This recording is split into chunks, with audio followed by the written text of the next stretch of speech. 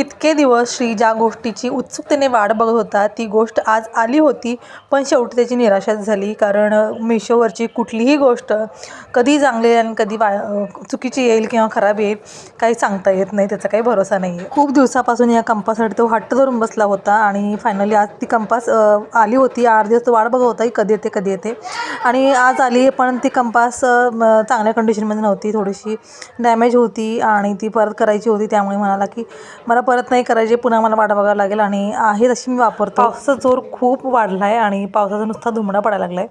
सगळीकडे घरातून गळायला लागले. किचनवरती पाणी गळतं आहे आणि किचनवर सगळं ओट्यावरती सगळं राडा होतो आहे. पाणी गळल्यामुळे सगळं घरात पण गळायला लागले. आज आहे श्रावणाचा शेवटचा सोमवार आणि माझा उपवास असतो.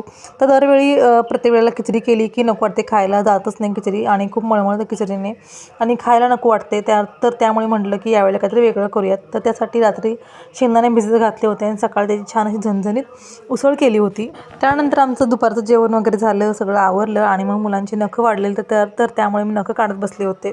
संध्याकाळी काय बेत करायचा असा विचार होता, तर चपाती आणि खीर करायचं असं ठरलं होतं. पण म्हटलं की शेवटचा सोमवार आहे तर पोळ्या करूयात. मुलांना पोळ्या आवडतात आणि मला पोळ्या आवडत नाही, पण पोळ्यांची आमटी मला खूप आवडते. महादेवाला जायचं होतं, पण सकाळपासून नुसता पाऊस कोसळत होता, थांबायचं नावच घेत नव्हता. त्यामुळे मग संध्याकाळ झाली तरीसुद्धा पाऊस चालूच होता. जोर पाऊस कमी होतोय तोवर म्हटलं की बाकीचं आवरून घेऊयात. कुकर लावला आणि मग कणिक वगैरे मळून ठेवली आणि त्यानंतर महादेवाला गेलो.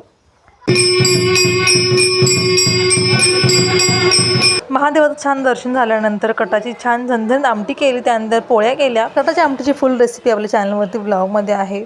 आणि असा होता आजचा दिवस. तर आवडला असेल तर नक्की लाईक करा, चॅनल सबस्क्राईब जरूर करा. भेटूया पुढच्या ब्लॉगमध्ये. तोपर्यंत बाय.